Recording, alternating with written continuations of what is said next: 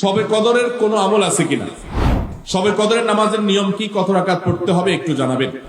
যদি আমরা পেয়ে যাই, মনে হয় যে এটা লাইলাতুল কদর হতে পারে, তাহলে একটা বিশেষ দোয়া পড়া। দোয়াটা হলো, কদরের একটা রাত যদি ইবাদত করতে পারেন আপনি, তাহলে 1000 মাস ইবাদতের চাইতে বেশি উত্তম হবে, আপনার আমলনামাতে সওয়াব বেশি জমা হবে।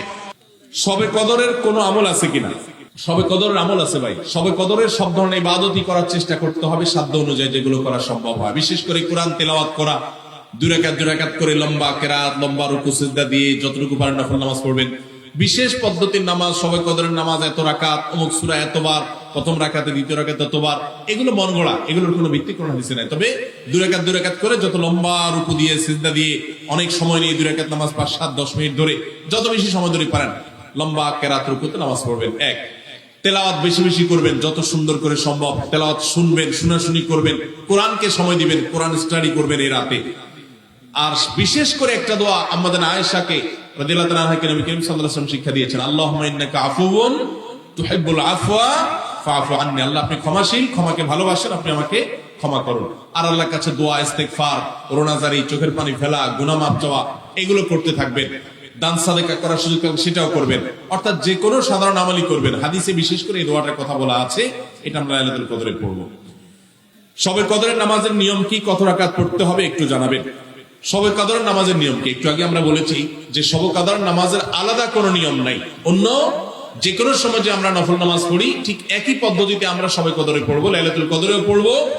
আমরা বিশেষ করে অনেকে মনে করি লাইলাতুল কদরের প্রথম রাকাতে অমুক সূরা এতবার পড়তে হয়, সূরা ফাতিহার পর দ্বিতীয় রাকাতে তমুক সূরা ততবার পড়তে হয়। এগুলো সবগুলো মানুষের নিজেদের বানানো। কোরআন বা হাদিস এরকম কোন ফরম্যাট শবে কদরের জন্য আলাদা ঠিক করে দেয় নাই।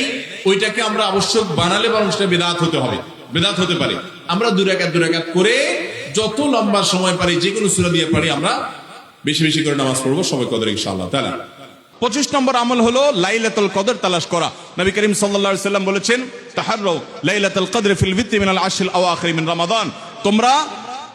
তোমরা রমজানের শেষ দশকের বেজোড় রাতগুলোতে লাইলাতুল কদর বেশি বেশি করে তালাশ করো। বেজোড় রাতগুলোতে বেশি বেশি, শেষ দশকের প্রত্যেক রাতেই জেগে জেগে ইবাদত করা কদর হতে পারে সে আশায়। কদরের একটা রাত যদি ইবাদত করতে পারেন আপনি, তাহলে 1000 মাস ইবাদতের চাইতে বেশি উত্তম হবে, আপনার আমলনামাতে সওয়াব বেশি জমা হবে। এই জন্য কদরের রাতে ইবাদতের চেষ্টা করা। সারা বছরের শ্রেষ্ঠ রাত হলো কদরের রাত। কোরআন নাজিল হয়েছে এই কদরের রাতে। অতএব কদরের রাত পাওয়ার জন্য শেষ দশকের প্রত্যেকটা রাতে, প্রত্যেকটা না পারলে অন্তত বেজোড় 21, 23, 25, 27, 29 এই রাতগুলোতে ইবাদত করবো। আল্লাহ আমাদেরকে তৌফিক দান করুন। আর 26 নম্বর আমল হলো লাইলাতুল কদর যদি আমরা পেয়ে যাই, মনে হয় যে এটা লাইলাতুল কদর হতে পারে, তাহলে একটা বিশেষ দোয়া পড়া। দোয়াটা হলো, আল্লাহুম্মা ইন্নাকা আফুউন তুহিব্বুল আফওয়া ফাআফু আন্নি। হে আল্লাহ, আপনি ক্ষমাশীল, আপনি ক্ষমা করতে ভালোবাসেন, পছন্দ করেন, আপনি আমাকে ক্ষমা করুন। এই দোয়াটা পড়বো তো ইনশাআল্লাহ। আল্লাহুম্মা ইন্নাকা আফুউন, বড় বড় অর্থবহ একটা দোয়া, বড় মজাদার একটা দোয়া। আল্লাহুম্মা ইন্নাকা আফুউন, আল্লাহ আপনি তো ক্ষমাশীল, তুহিব্বুল আফওয়া ক্ষমা করতে পছন্দ করেন, ফাআফু আন্নি, অতএব আমাকে ক্ষমা করেন। 26 নম্বর আমল লাইলাতুল কদরের দোয়া পড়া। 27 নম্বর এবং সর্বশেষ আমল হলো রমজানের শেষে, ঈদের চাঁদ দেখা যাওয়ার পর অথবা ঈদের চাঁদ দেখা যাওয়ার একদিন আগেও করা যায়, ফিতরা আদায় করা, গরিবদের বাসায় খাদ্য পৌঁছে দেওয়া। এটা কেন করব? নবী করিম সাল্লাল্লাহু আলাইহি ওয়াসাল্লাম বলেছেন, যাকাতুল ফিত্রে তুহরাতান লিস-সাইমি আনিল লাগবি ওয়ার রাফাস ওয়া তু'মাতান লিল মাসাকিন। ফিতরা এটা হলো দুইটা উদ্দেশ্যে। এক হলো রোজা রেখে আমাদের যে ছোটখাটো ভুল ত্রুটি হয়, অনর্থক কথা হয়ে যায়, এগুলো থেকে রোজাটাকে পরিচ্ছন্ন করার জন্য সদকায়ে ফিতর বা আমরা যে ফিতরা দেই, এটা ভূমিকা রাখে, এটা কার্যকর হয়, আমাদের রোজাকে ত্রুটিমুক্ত করে দেয়, রিফাইন্ড করে দেয়। আর দ্বিতীয়ত হলো ঈদের দিন গরিব দুঃখীদের বাসায় খাবারের নিশ্চয়তা এনে দেয়।